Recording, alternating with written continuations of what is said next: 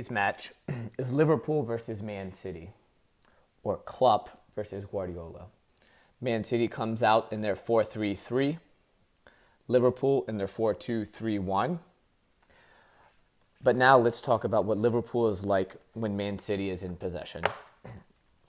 Rather than remaining in a 4-2-3-1, they move into a 4-4-2, having Jota and Sane defend the width, Henderson and Wijnaldum defending centrally, and then Salah and Firmino as the two. Their job is, as the ball is moving, is to deny the six. One would press, one would tuck in. Winger wouldn't jump too much, but would defend the space to make sure that he's prepared if this ball does get played in behind. Whether the ball got played through Ederson at the goalkeeper or directly across into the other center back, step out, slide over. They were doing a very good job of defending Man City's ability to break this first line and forcing them to play longer or be much more patient.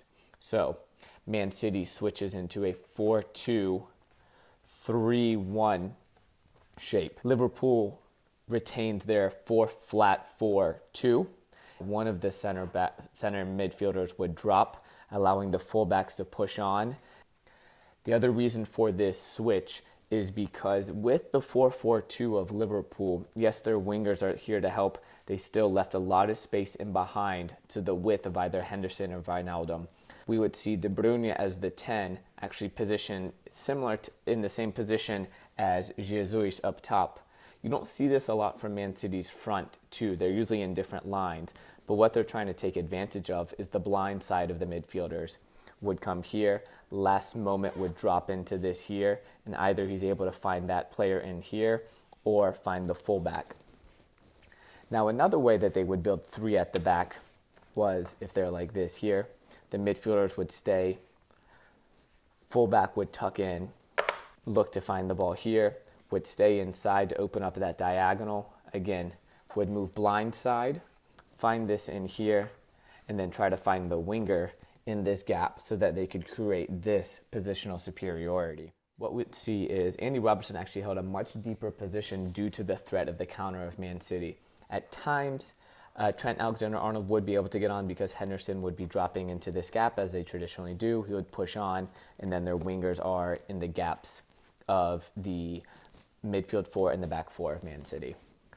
But what was interesting is something you don't see a lot of is that Liverpool's either two center backs or midfielder, depending on who had the ball, were actually looking for these balls in the gap.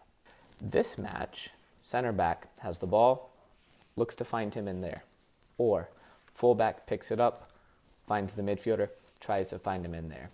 You don't see that very often, so that was quite an interesting tactical nuance of Liverpool in this match.